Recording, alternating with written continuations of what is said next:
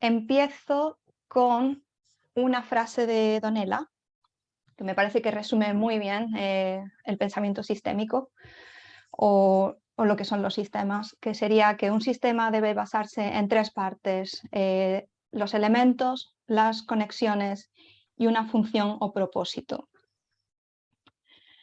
Em, Vamos a tener esto bastante en cuenta en el resto de la sesión. Em, los elementos lo veremos cuando estemos mirando las variables con sus conexiones y el propósito también. Así que pasamos al cuadro 62. El pensamiento sistémico nos proporciona una manera diferente de ver las situaciones complejas frente al pensamiento científico, porque llevamos muchos siglos aprendiendo el pensamiento científico, que tiene una base más reduccionista y tiende a aprender muy bien de las partes, ¿no? Entonces, el pensamiento sistémico se centra en la relación de las partes y en la dinámica de entre ellas. Hay una anécdota de Russell Lakoff que me gusta mucho, que dice: con una mano puede hacer muchísimas cosas, es impresionante, pero deja la mano ahí y a ver qué hace, ¿no? Entonces tienes que tener en cuenta que es parte de un sistema y eso es lo que vamos a ver, esa visión complementaria al pensamiento más reduccionista que nos viene por la parte científica. Em, una de las ventajas de entender los sistemas es que estos también pueden tener comportamientos según las estructuras que tengan. Eso va a ser muy útil para cuando tú tengas un sistema, puedes predecir qué puede pasar, y así puedes cambiar estrategias o comportamientos no deseados, o simplemente para dar sentido a algo que queramos investigar. Jay Forrester está considerado el padre de la dinámica de sistemas. Él está involucrado en el MIT, que es el Instituto de Tecnología de Massachusetts. Es un departamento pivotal para el pensamiento sistémico y él fue ingeniero y pensador en management, sobre todo. Hay varios trabajos de él, pero la mayor implicación que tuvo, importancia, fue el desarrollo de la dinámica de sistemas dentro del pensamiento sistémico. La dinámica de sistemas, más que un método o una teoría, es una forma de pensar, y se trata de simular las situaciones visualizando cómo los elementos encajan, interactúan y cambian a través del tiempo. Entonces, lo que quiero que os quedéis aquí, con lo que os quedéis aquí, es que vamos a mirar a las relaciones más que a los elementos, el cómo se interactúan esos elementos entre ellos. Ahí es donde nos vamos a centrar, ¿vale? Tenemos tres claves para la práctica del pensamiento sistémico. Sería consulta sistémica, la acción y la interacción. Entonces, con la consulta sistémica la podemos entender como una práctica de exploración para situaciones complejas, inciertas, que quizás haya muchas personas involucradas, no sepas absolutamente nada de lo que está pasando y como se dice en inglés, es una messy situation. Entonces vas a abordar ese tema que no sabes ni por dónde empezar. Acción e interacción, pues básicamente lo que ya entendemos nosotros. Acción, pues poner un pensamiento en acción para hacer un cambio, y la interacción es trabajar con otras personas, otras partes involucradas que pueden tener diferentes experiencias. Esto es muy importante dentro del pensamiento sistémico, porque cada uno venimos de un pasado, de un conjunto de experiencias, y siempre van a aportar. Entonces, esa visión de túnel que quizás podamos tener acerca de un concepto o de un tema que estemos consultando de manera sistémica, pues se va a enriquecer con la experiencia de otras personas, y y no solamente para ti, sino para las otras personas también. Así que vamos a seguir en el otro cuadro, si está todo bien.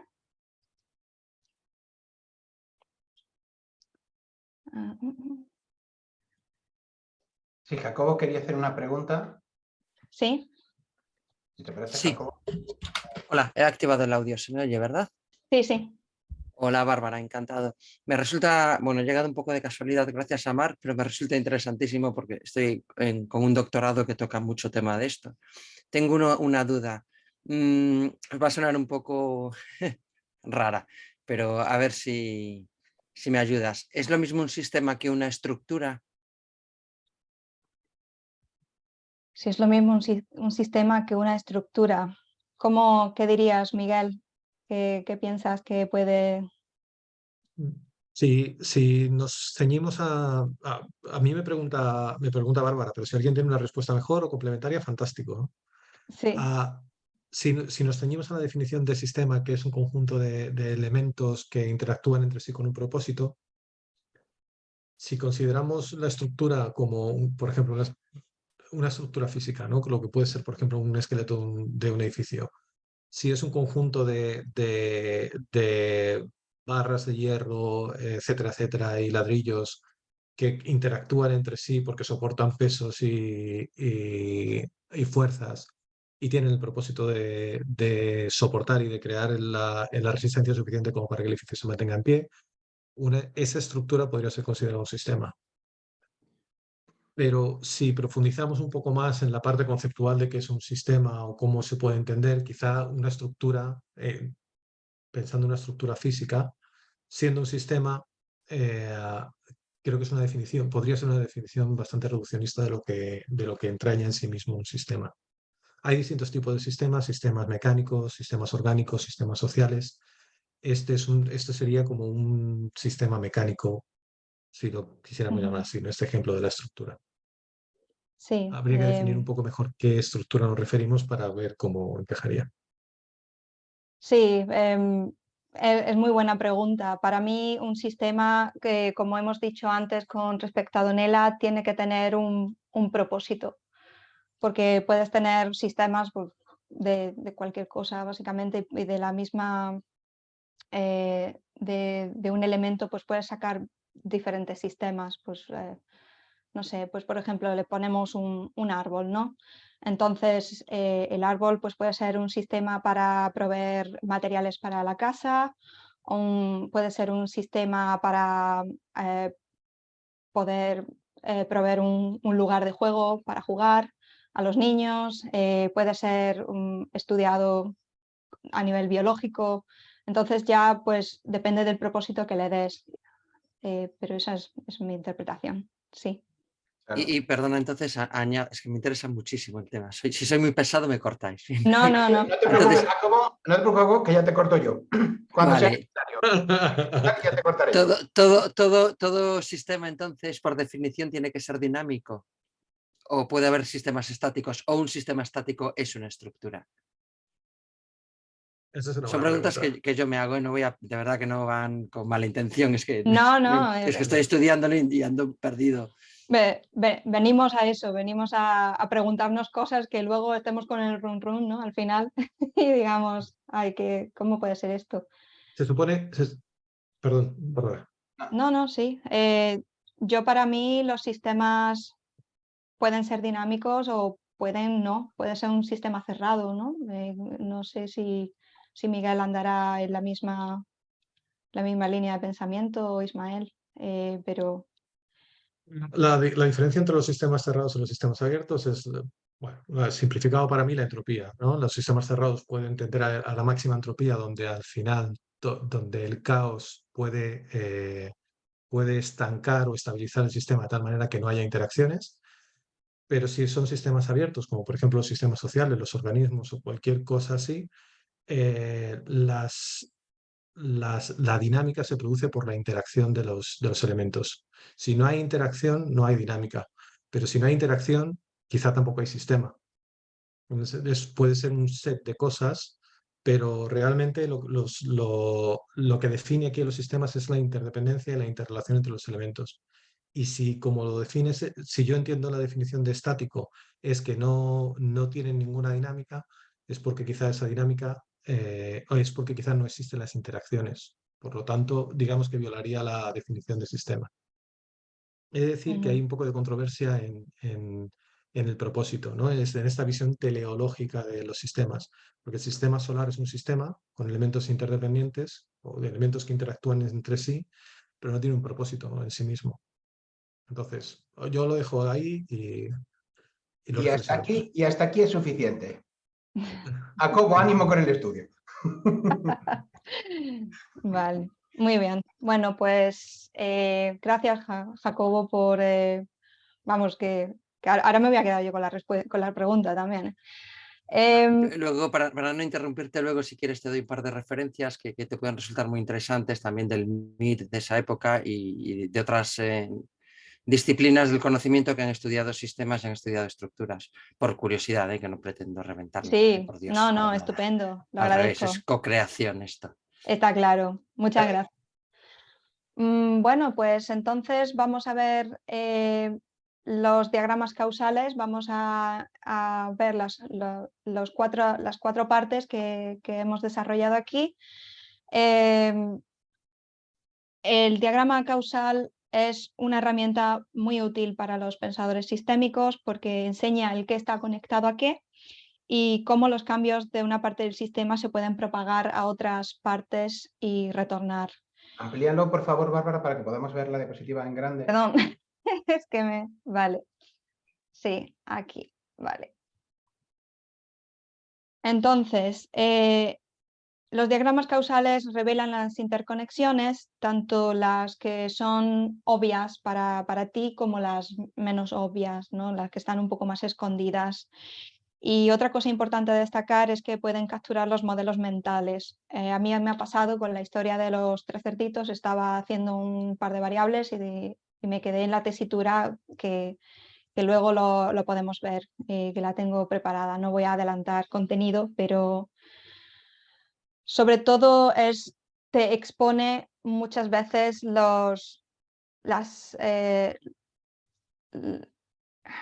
¿cómo decir?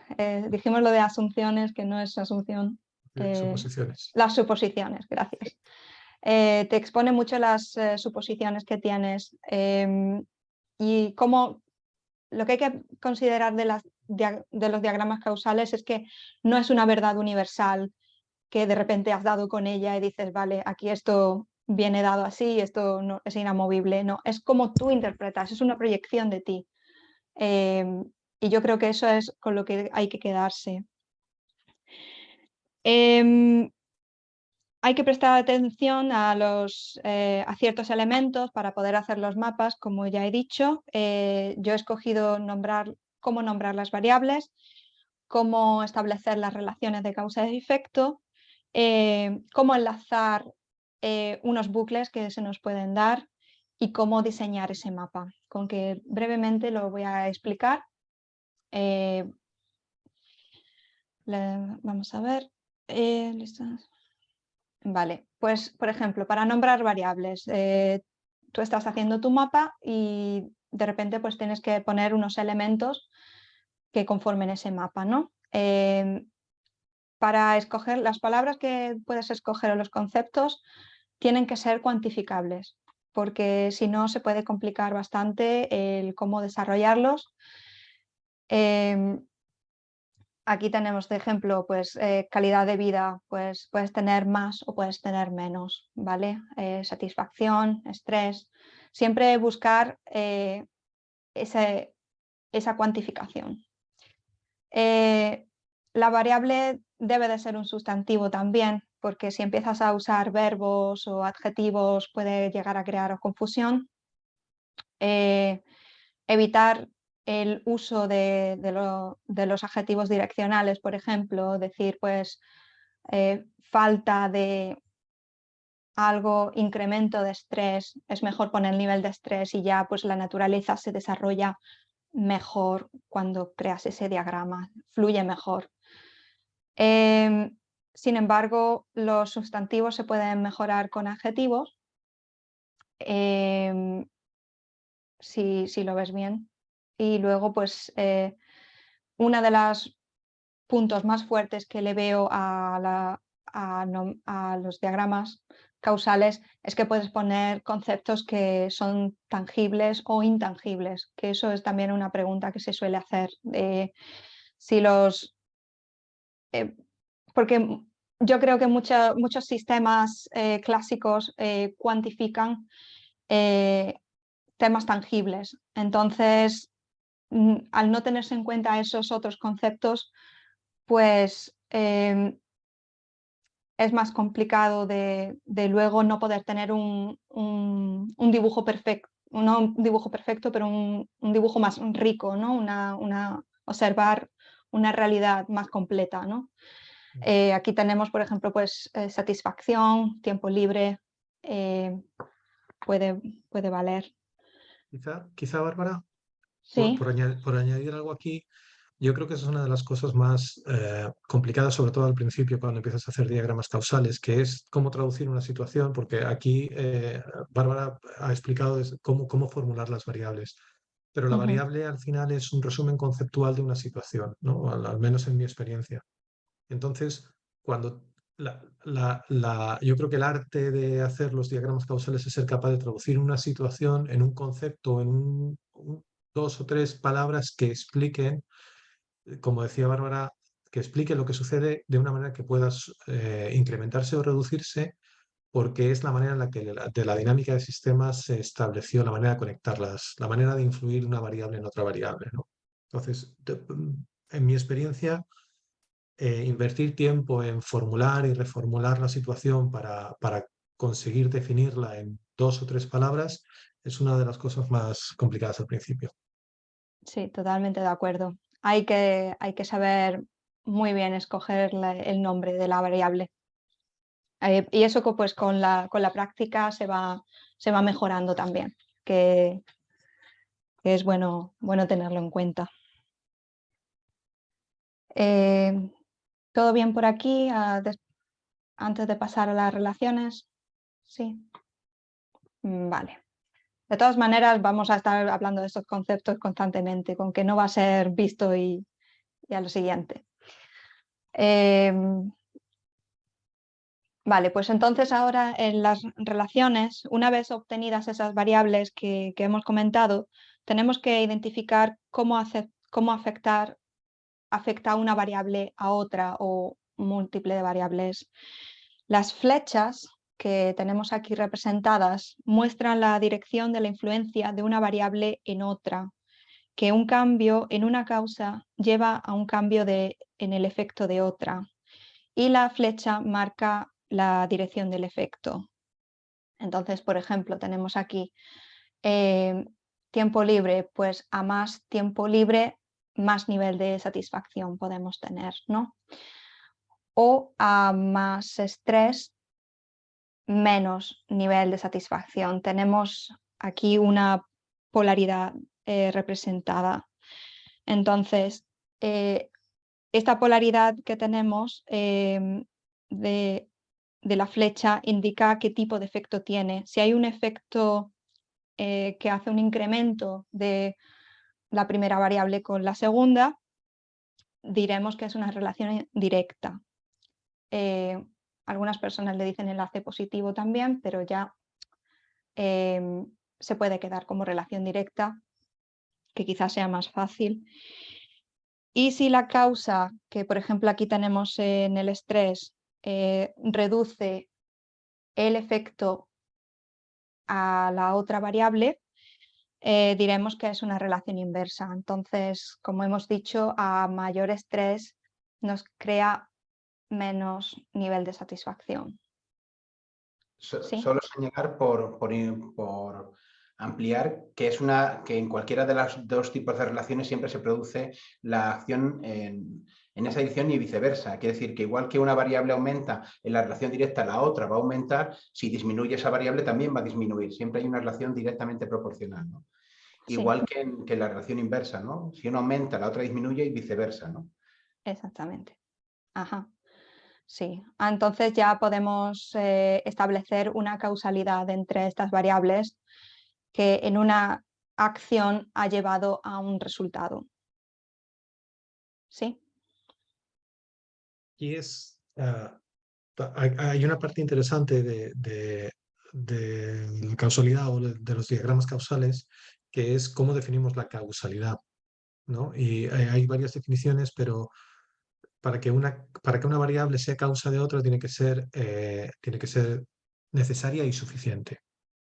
Y generalmente suelen ser, nos encontramos con variables que son necesarias, pero no son suficientes. Hay que buscar más variables que afectan o que generan ese efecto, ¿no? Y es de ahí de donde salen digamos, la riqueza de los diagramas, ¿no? Y nos permite la exploración. Ujú. Sí. Vale, pues, ok. ¿Seguimos bien para seguir con el cuadro 29 entonces? ¿27? Sí, perfecto. Vale. Pues entendiendo ya cómo funciona la causalidad, aprendiendo cómo establecer los nombres de las variables, podemos crear bucles con aquellas variables que se afecten entre sí. Entonces, teniendo en cuenta la naturaleza de la relación, podemos conocer qué tipos de bucles forman. Una opción sería contar el número de enlaces presente. Entonces, si el número de enlaces negativos es par, tenemos un bucle de retroalimentación. Por ejemplo, aquí tenemos el bucle de estrés-satisfacción, que cuanto más estrés, menos satisfacción nos podemos obtener, y cuanta más satisfacción, menos estrés tenemos. Entonces tenemos dos enlaces inversos que nos crea este bucle de refuerzo de retroalimentación. Este, por ejemplo, es un círculo vicioso, el que tenemos aquí. Luego, por otra parte, si el número de enlaces es impar, obtenemos un bucle de equilibrio o de estancamiento. Entonces, si miramos aquí la productividad, a mayor productividad tendrás menos presión laboral, pero a mayor presión laboral ahora tendrás más productividad. Entonces ya vemos que aquí hay un enlace negativo, una relación inversa o conjunto con una relación positiva o directa. Entonces tenemos solamente un elemento negativo, luego tenemos el bucle de equilibrio. Entonces ya el bucle lo podemos cerrar aquí, que estas acciones llevan a unos resultados y estos resultados modifican nuestras futuras acciones. Entonces está constantemente afectándose entre sí. Claro, yo le sumaría que, por lo menos en mi experiencia, ¿no? A la hora de acercarme al pensamiento sistémico y descomprensión, y al final los mapas, los diagramas causales, los mapas sistémicos son un espacio apasionante para describir la realidad, pero en el fondo lo que está haciendo eso es intentar describir lo que está sucediendo, ¿no? Siempre de una manera simplificada, siempre como una aproximación, ¿no? Y cuando hablamos de estos diagramas simplemente es, si este diagrama está bien descrito, debería estar reflejando lo que yo estoy viendo en la realidad. Si en mi vida lo que está pasando es que cuanto más estrés tengo, menos satisfacción, y cuanto menos satisfacción, más estrés, lo que tiene que hacer este diagrama es describir eso que yo estoy viviendo, ¿no? Sí. Y si hemos comprendido bien la realidad y si hemos sido capaces de describirla, este mapa debe funcionar en las dos direcciones, ¿no? Si mi satisfacción aumenta, mi estrés tiene que estar bajando. Es un poco esa manera, es decir, al final los mapas tienen que intentar describir algo, esa realidad compleja en la que vivimos, que una descripción lineal, que haciendo una redacción sobre mi día a día, no podría capturar todas esas variables que van a hacer que mi satisfacción aumente, ¿no? Sin embargo, un Sí. diagrama causal permite mostrar cómo todo eso se comporta y se relaciona al mismo tiempo, ¿no? Sí, sí, estoy de acuerdo. Además que yo también me he dado muchas veces cuenta de que los bucles yo los hago conforme yo los interpreto, pero a lo mejor luego puedo cambiar y decir, de hecho no lo estoy interpretando de esta manera y a lo mejor una persona, por ejemplo, en este bucle de equilibrio, pues a lo mejor una persona que tiene más presión laboral a lo mejor tiene menos productividad, ¿no? Es ya, pues, lo tienes que ajustar junto a la realidad que estás viviendo también, ¿no? Cada uno, pues, tiene una manera de verlo también. Y ahí con eso que dices, Bárbara, y no te interrumpo más, hay algo fundamental que tiene que ver cuando construimos un diagrama causal con un grupo de personas, y es cómo generamos esa visión compartida, porque nadie va a estar en posesión de la verdad absoluta, y el mapa en este caso nos ayuda a generar esa visión compartida, ¿no? A ver cómo estamos viviendo, cómo estamos interpretando esta realidad en la que estamos interactuando, ¿no? Exactamente, y cuanto más nivel de consenso haya, pues más se ajusta a esa visión compartida, ¿no? Que hay en el grupo. Así que sí. Vale, pues con los enlaces estamos bien entonces. ¿Hay algo más que comentar o alguna duda? No, ok. Vale, pues vamos al diseño. Pues hemos nombrado las variables, como hemos dicho, hemos establecido las relaciones, tenemos nuestros enlaces y ahora tenemos que saber cómo diseñar mapas. Cada uno puede diseñarlo de la manera que mejor le venga, le puede sacar el partido que vea.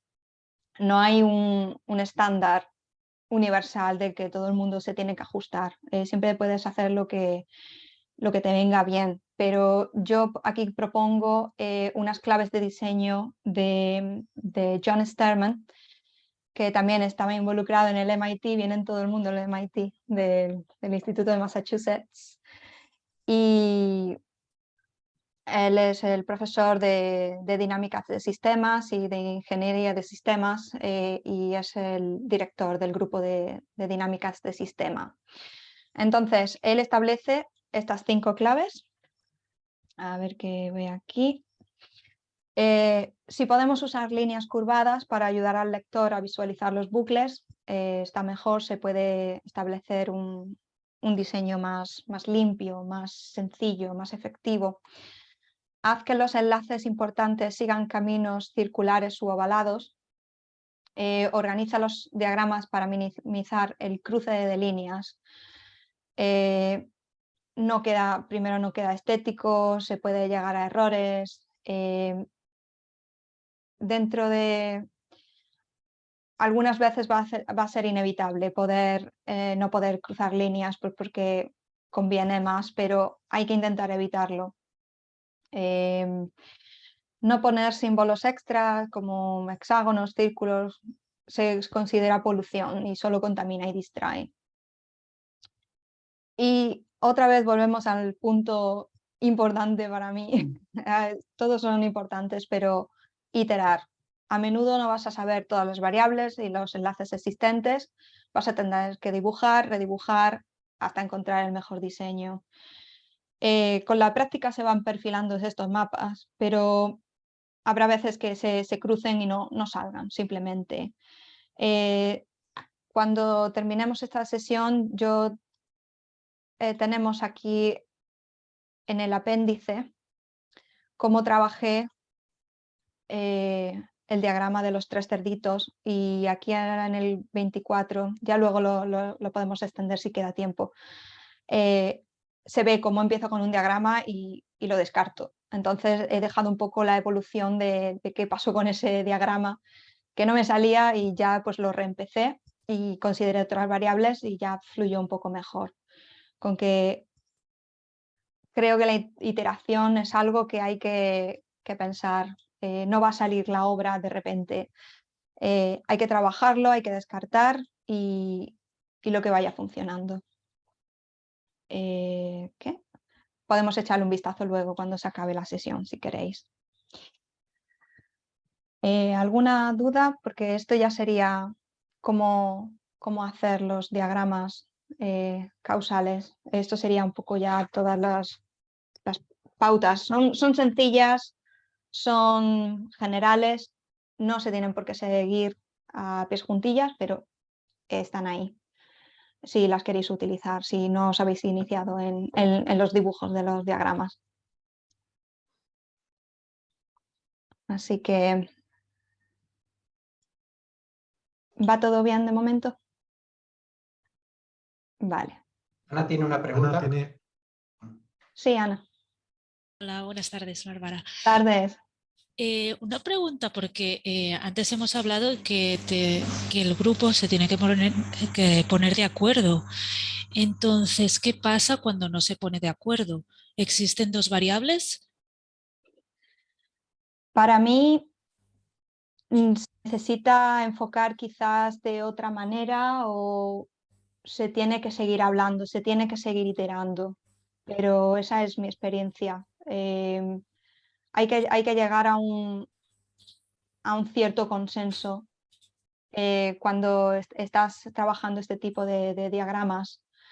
Y yo, en mi experiencia, necesitas seguir hablando y entrar de lleno en los conceptos. Y a lo mejor, pues, por ejemplo, si estás con lo de calidad de vida, por ejemplo, lo que hemos dicho aquí de productividad y presión laboral, o alguien te puede decir, bueno, pues yo no creo que pase así. Bueno, pues sí. No, perdona, cuando termines, solo subía... No, nada. Perdón. Pues eso, que habrá personas que digan, pues yo creo que este bucle no es así. Pues entonces ya yo creo que conviene meterse en lo que son las partes y decir, bueno, ¿qué consideras que es presión laboral? ¿Por qué no consideras que es productiva? ¿Qué es la productividad para ti? Y a lo mejor llegas a un punto en el cual tu definición de esa situación es distinta de la otra persona. Entonces yo, como se dice siempre, hablando se entiende la gente, yo creo que rodando un poco esos conceptos ayudan para cuando no se ponen de acuerdo y enfocarlo de otra perspectiva a ver qué sale también. No sé si eso responde. Sí, Yo gracias.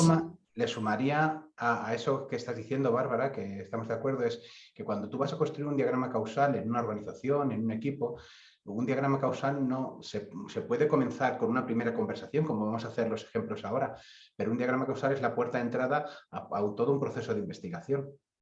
Si tú dices que la realidad se comporta de esta manera y yo digo que se comporta de esta otra, vayamos a mirar la realidad y complementemos nuestro diagrama causal con la investigación que sea necesaria para confirmar o desmentir los datos que estamos poniendo sobre el diagrama. No es solo yo pienso que sí, yo pienso que no, vamos a comprobar en la realidad con qué datos avalan que el sistema esté comportando de una manera o de otra.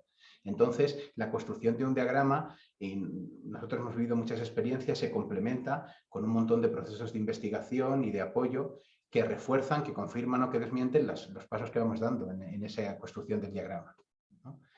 Ponemos las hipótesis sobre el diagrama y después las vamos a contrastar.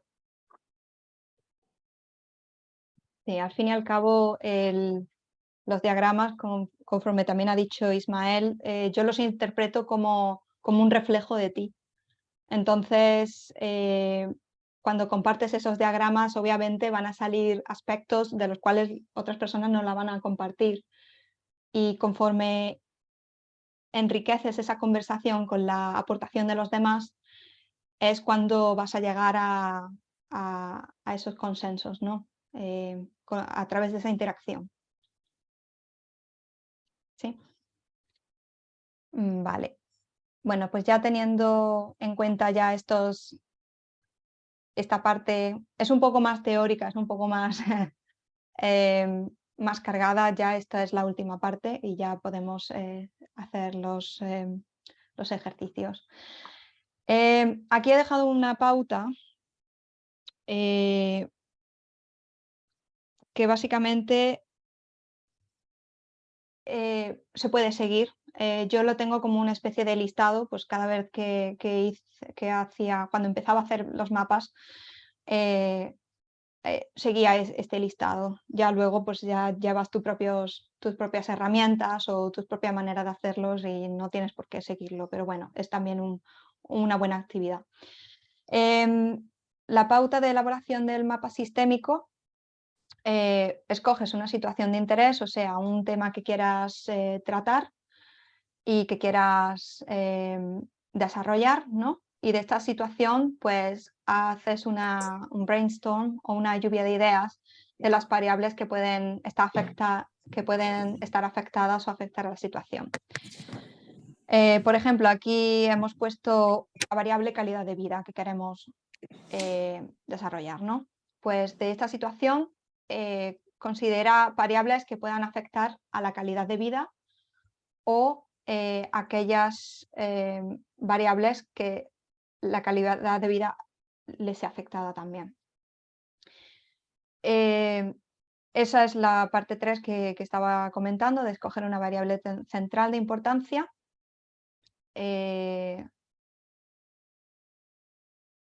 Y ya luego, pues, de las otras variables con sus conexiones, bueno, empiezo de nuevo.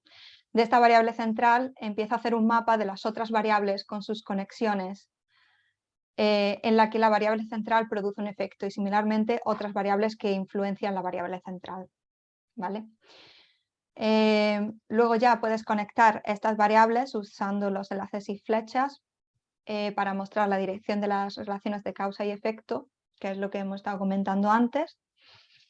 Y ya los enlaces positivos y negativos marcan la naturaleza del enlace, que es cuando nos referíamos a la relación directa o inversa.